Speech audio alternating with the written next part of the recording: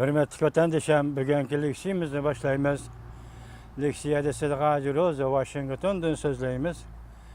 Bugünkü sözleydiği leksiyelerimizden mavzuları mındak.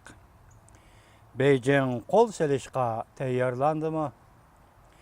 Janubi ve Şarkı Deniz'de okşaş kuch körüstüp uruş modelini bazarga saldı. Mavzulu haber 8. ayının 6. günü Dovitor beti ilan kılındı. Haber mındak başlandı. Yaponiya Taşkı İşler Ministerliği 8. ayının 6. günü Jungo'nun 6 tane deniz sakça parkotları ve 230 tane Jungo balıkçı parkotlarının Diyaoyudav arlığa Xitay tilida, Sinkako arlığa Yapon tilida, 24 deniz milli arlığı işkirlep kirgenliki ve bunun içinde 3 tane sakça parkotuğa, deniz sakça parkotuğa kural seplengenligini ilan kıldı.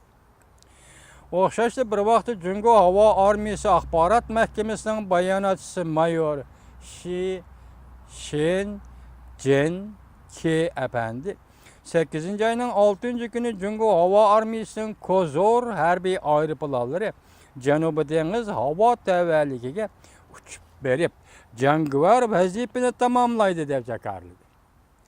Bundan qaraganda Jungo oxşaşlı bir vaxtı Janubi Deniz ve Şarkı Deniz'de zərbi beriş kuchini körüstüp misli görülmegen koç bilen faaliyet kıldı.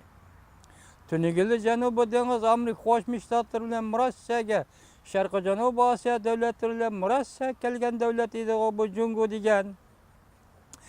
Jungo nimish bundaq zo'ravon davlatga aylanib qoldi. Sharqning qahramon shiri mushu vaqtda tirnoqlari va tishlarini ko'rsatganligi vaqtga uyg'unmi yoki vaqtga uyg'un emasmi?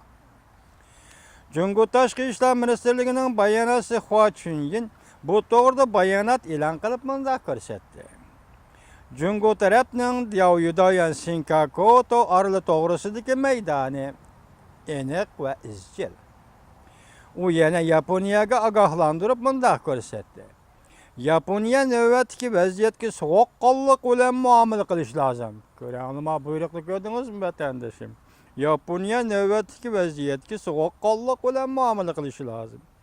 Vaziyatni jiddiylashtiradigan va murakkablashtiradigan harakat qo'llanmasligi lozim. Ko'rdingizmi? Men Yaponiya dengiz tavallik kiraman. Yaponiya buning inkos qaytarmasligi kerak deganligim bu. Beijing mush ko'rsatib Shinzo Abe'ni aybladi.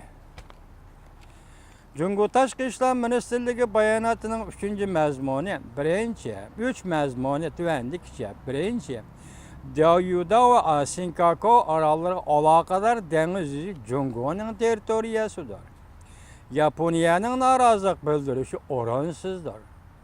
Ikkinchi, Jungo taraf tadbir qo'llanib vaziyatni kontrol qiladi.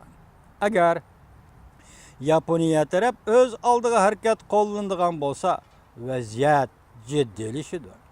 Buningga Yaponiya o'zi mas'ul.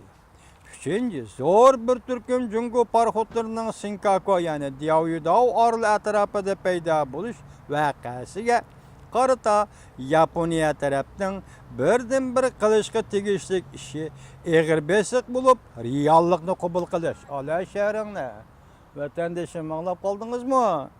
Nima deydimi? Yetib borman, bu bir reallik, bu bir vaziyat, vaziyatni qabul qilsan, reallikni qabul qilsan deydi. Yaponiya Jungo bilan davomli qarshilashadigan bo'lsa, voqealarning harorati o'rlab ketadigan bo'lsa, voqea hodisalarning harorati o'rlab ketadigan bo'lsa, Jungo bilan Yaponiyaning elishi qaysi darajaga berib yetadi? Qarshilashishning badalini Yaponiya va'daga ola olamdi yo'q? Shinzo Abe o'zi biladi deyildi. Xabar.